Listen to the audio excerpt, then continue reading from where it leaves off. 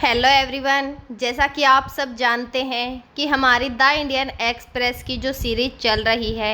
यानी कि हम जो डेली बेस पर द इंडियन एक्सप्रेस की न्यूज़ को कवर करते हैं। तो आज है 12 सितंबर और आज की हमारी जो इम्पोर्टेंट न्यूज़ रहेंगी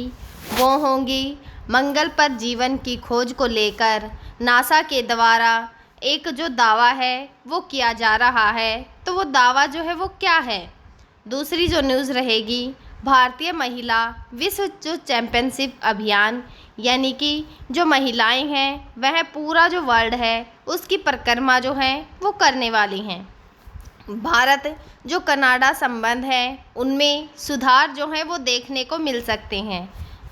तो आज की हमारी जो न्यूज़ रहेंगी वो ये सब रहेंगी। तो चलिए जानते हैं कि हमारी पहली न्यूज़ जो है वो क्या है। Why NASA says we may be closest event to discovering life of Mars, यानी कि जो मंगल ग्रह है उस पर जीवन की जो संभावनाएं हैं उसको लेकर नासा ने कुछ दावा किया है। तो वो दावा क्या है और जो ये न्यूज़ है वो चर्चा में क्यों है। नासा का कहना है कि जो मंगल ग्रह है उस पर जो जीवन की खोज है वह उसके सबसे ज़्यादा करीब है, क्योंकि हाल ही की जो न्यूज़ हैं या फिर जो हाल ही के जो मिशन हैं उनको लेकर, जैसे कि जो परसिवरेंस रोवर या फिर जो क्यूरियोसिटी का जो रोवर है उसने मंगल की सतह पर ऐसे सुराग दिए हैं जिनके माध्यम से जो प्राचीन जीवन की संभावना है, यानी कि मंगल ग्रह पर जो पहले प्राचीन समय में वहाँ पर जो जीवन की संभावना थी उसको और भी अधिक मजबूत कर दिया है।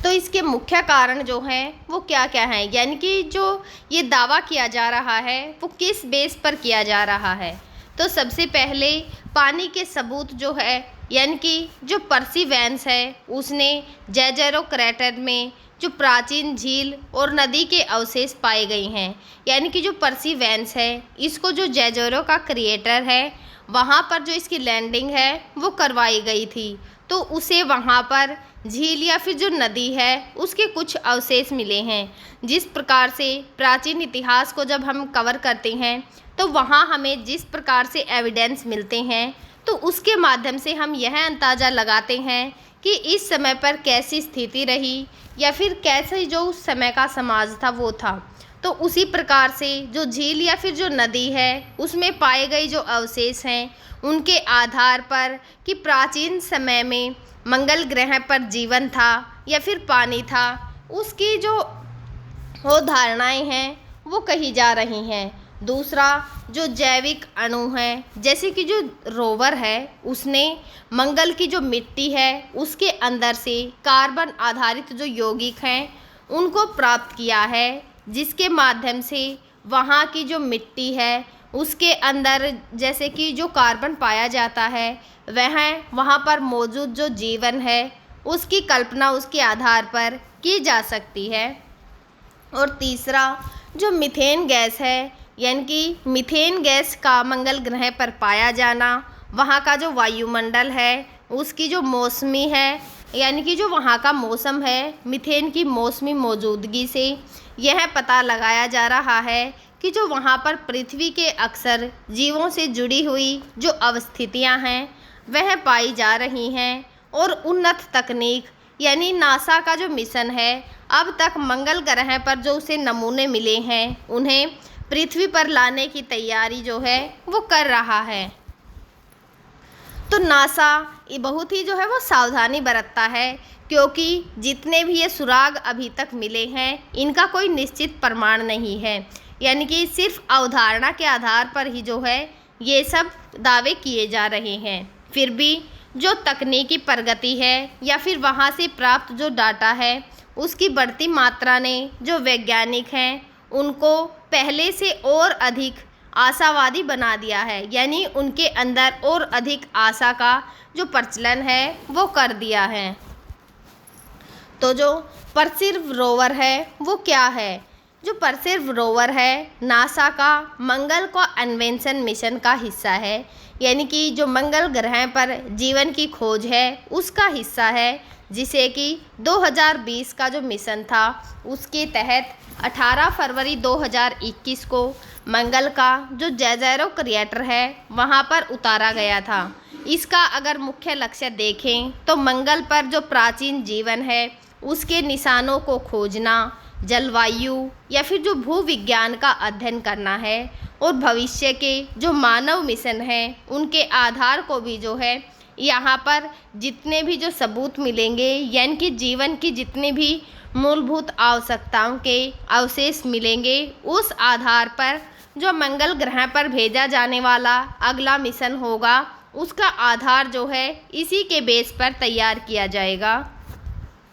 तो इसकी जो तकनीकी विशेषताएं हैं, यानी कि जैसे कि इसका आकार क्या है, इसका आकार जो है लगभग 3 मीटर लंबा है, 2.7 मीटर चौड़ा और 2.2 मीटर ऊंचा है और इसका वजन जो है वो करीब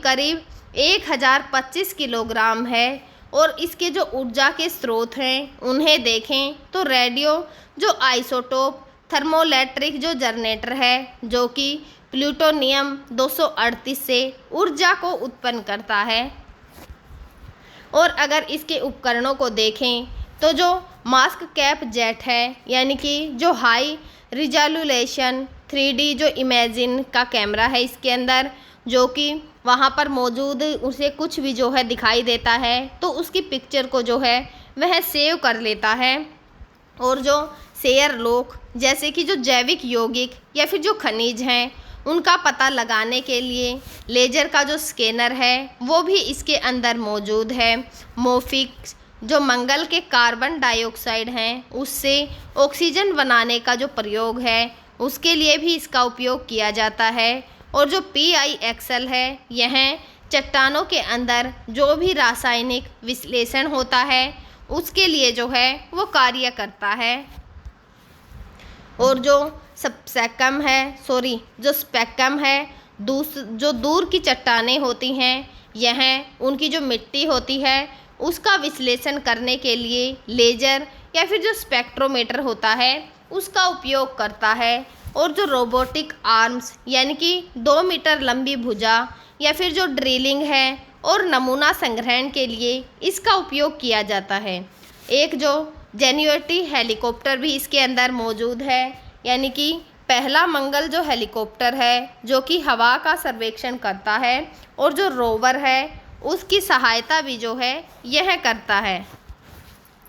लेकिन इसको लेकर जो है कुछ चुनौतियां भी सामने आ रही हैं, जैसे कि मंगल की जो कठिन सतह है उसका नेविगेशन और ड्रिलिंग, यानी कि मंगल ग्रह की जो सतह है वो कठोर है और उस वहाँ पर ड्रिलिंग करना जो है बहुत ही मुश्किल है, यानी कि उन्हें बहुत ही तकलीफ़ हो रही है। तो नमूने जो हैं पृथ्वी पर लाने के लिए, यानी कि वहाँ पर जो मौजूद जितने भी नमूने उन्हें प्राप्त हुए हैं, यानी कि जो रोवर है उसको प्राप्त हुए हैं, उसे धरती पर भेजने की जो मिशन की योजना है उसमें भी जो है वो कठिनाइयाँ आ रही हैं। तीसरा, जो मंगल ग्रह है उसकी धूल भरी जो आंधियाँ हैं उससे जो उपकरण है उसकी जो सुरक्षा है उसमें भी जो है परेशानियाँ उत्पन्न हो रही हैं। आज की हमारी जो दूसरी न्यूज़ है, though in India Canada ties new envoys like to take charge next week, यानी कि जो भारत और कनाडा है उसके संबंधों में सुधार के लिए जो है 2 जो राजदूत हैं उनकी नियुक्ति जो है वो की जा रही है। तो जो ये न्यूज़ है वो चर्चा में क्यों है? अगले सप्ताह जो है दोनों देश यानी कि भारत और जो कनाडा है नए जो उच्चायुक्त हैं उनके अपने कार्यभार संभाल सकते हैं। भारत ने दिनेश के जो पटनायक हैं उनको कनाडा में अपना नया जो उच्चायुक्त है उसको नियुक्त किया है और वर्तमान में जो स्पेन है उसमें भारत के राजदूत हैं। वहीं जो कनाडा है उसको क्रिस्टोफर है कूटर नाम को भारत में अपना एक नया उच्च अधिकारी जो है वो नियुक्त किया है, जिसके पास में 35 वर्षों का जो है राजनीति का अनुभव है। और जो ये कदम है यह 2025 में जो कनाडा है उसके कनाडा सिक्किम में आयोजित जो एक 7 शिखर सम्मेलन हुआ था उसके दौरान जो प्रधानमंत्री नरेंद्र मोदी हैं या फिर जो कनाडा के नए प्रधानमंत्री मार्क कार्नी हैं, उनके बीच में जो वार्ता हुई थी उसके बाद में उठाया गया है। यहाँ जो दोनों नेता हैं उनके जो संबंध हैं उनको पुनर्जीवित या फिर पुनर्जनन के लिए जो है उन्होंने आपस में सहमति भी जो है वो जताई थी। तो 2023 में जो खालिस्तानी आतंकवादी हैं यानी कि जो भारत या फिर जो कनाडा है उसके संबंधों में हमें यह तनाव जो है वो क्यों देखने को मिल रहा है। तो 2023 में जो खालिस्तानी आतंकवादी है हरदीप सिंह निज्जर की जो हत्या हुई थी उसके बाद से कनाडा के जो पूर्व प्रधानमंत्री जस्टिस ट्रूडो के भारत पर जो है आरोप लगाए थे उनके द्वारा, यानी कि उनकी हत्या के बाद आरोप लगाए गए थे, जिसके कारण दोनों देशों के जो रिश्ते हैं वो बहुत ही ख़राब हो गए थे, यानी कि बहुत ही निचले स्तर पर जो है इनके रिश्ते पहुंच गए थे। लेकिन भारत ने उनके द्वारा जो आरोप लगाए गए थे उनको खारिज कर दिया था और उनको खारिज करते हुए भारत ने कहा था कि कनाडा पर जो खालिस्तानी चरमपंथी हैं उनको पनाह देने का आरोप जो है भारत ने उन पर लगाया था।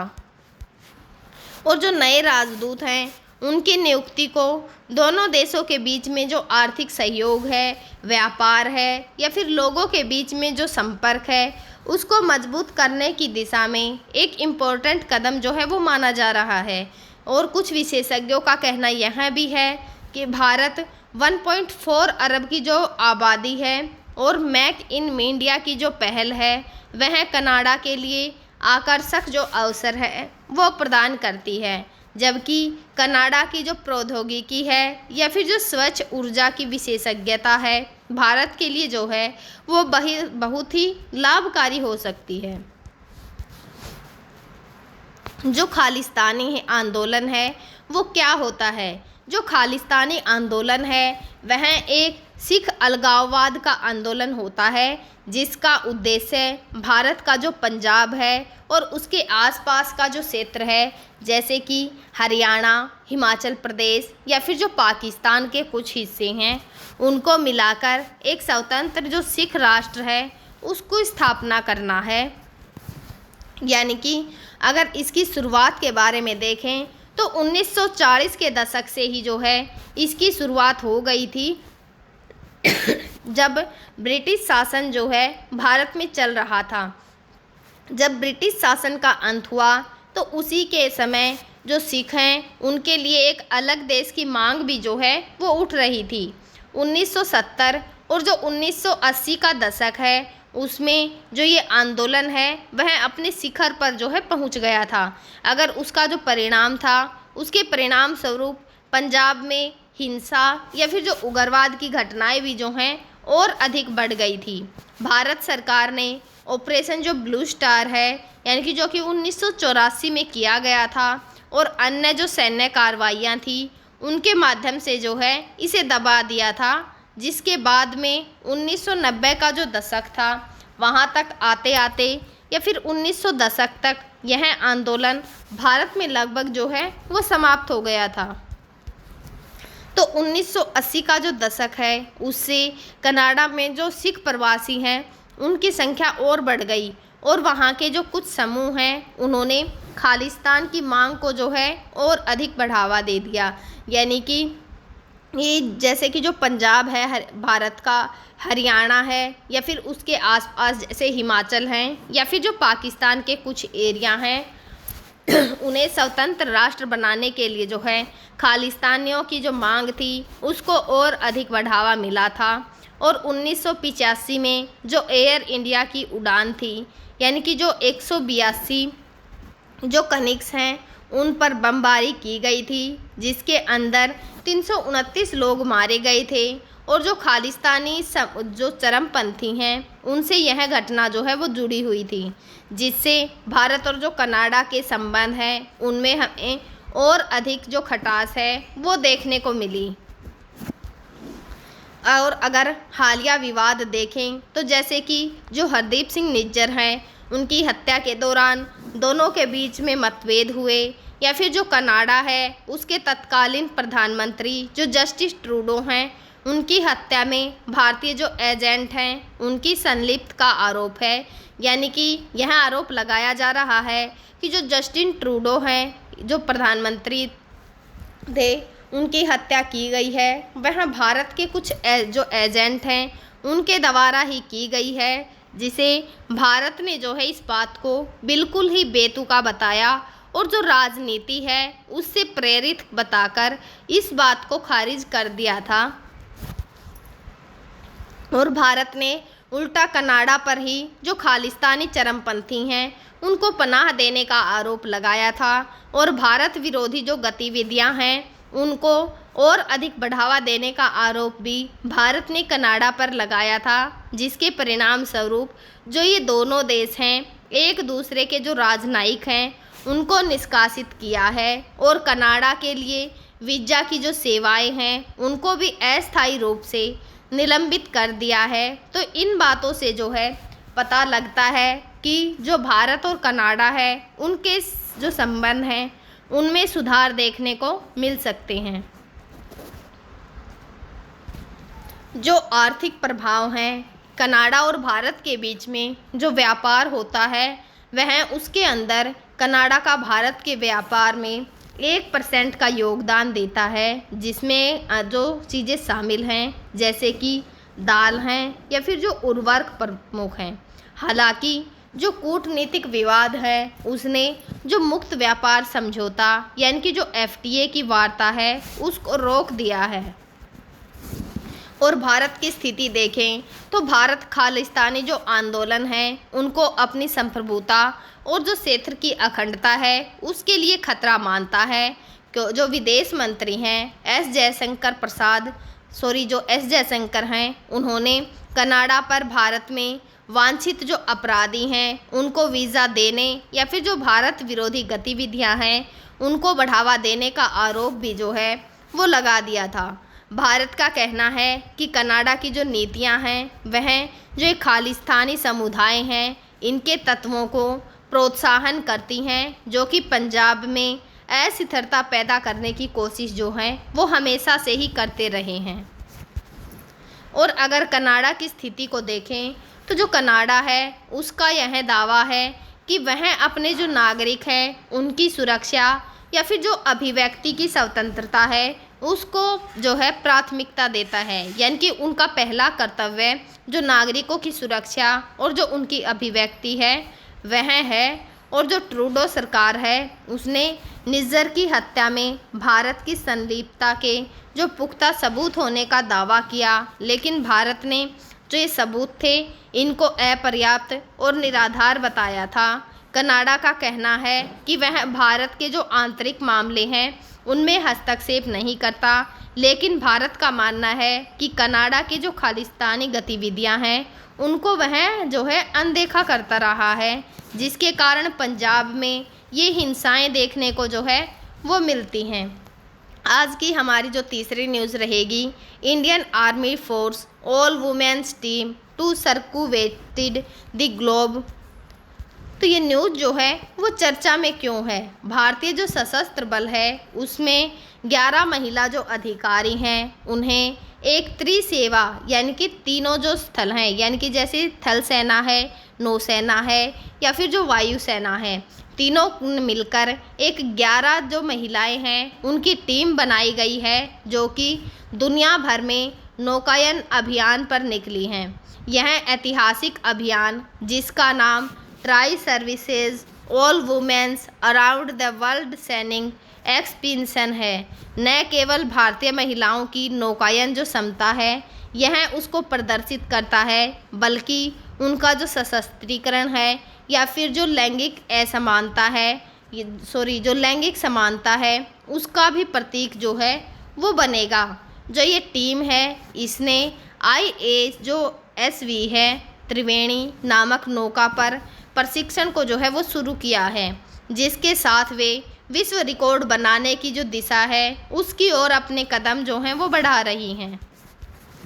तो अगर इसके विवरण को देखें तो जो ये टीम है इस अभियान में भारतीय सेना से जो लेफ्टिनेंट कर्नल अनुजा हैं, major Karamjeet, major Tanya, captain Omita, captain Doli, captain Prajakta, भारतीय नौसेना से लेफ्टिनेंट कमांडर प्रियंका, भारतीय वायुसेना से स्क्वाड्रन लीडर विभा और जो स्क्वाड्रन लीडर श्रद्धा, स्क्वाड्रन लीडर अरुणवी और जो स्क्वाड्रन लीडर वैशाली हैं, इनको शामिल किया गया है। और इनकी जो चयन की प्रक्रिया जो है वो क्या रही, तो 1 साल से अधिक की जो कठिन चयन की प्रक्रिया जो है यह रही है, जिसमें 41 जो स्वयं सेवक हैं उनमें से 12 अधिकारियों का चयन किया गया है, जिनमें कि जो शारीरिक फिटनेस है या फिर उनकी नेतृत्व की जो क्षमता है, उनका मनोवैज्ञानिक का जो लचीलापन है और नौकायन जो कौशल है उसका मूल्यांकन किया गया। उसके आधार पर ही जो ये चयन है वो किया गया है। तो अगर इनका उद्देश्य देखें तो यह अभियान केवल विश्व की परिक्रमा तक सीमित नहीं है, बल्कि जो ये अभियान है सशस्त्र बलों में जो महिलाएं हैं उनकी क्षमता और जो साहस है उसको भी जो है वो उजागर करता है। साथ ही युवा पीढ़ी को प्रेरित करने का लक्ष्य भी जो है वो रखता है। हम जो है आगे भी आप सभी के साथ इसी प्रकार से जो द इंडियन एक्सप्रेस की करंट की इम्पोर्टेंट न्यूज़ होंगी आप सभी के साथ शेयर करते रहेंगे। तब तक आप पढ़ते रहिए, खुश रहिए। Thank you.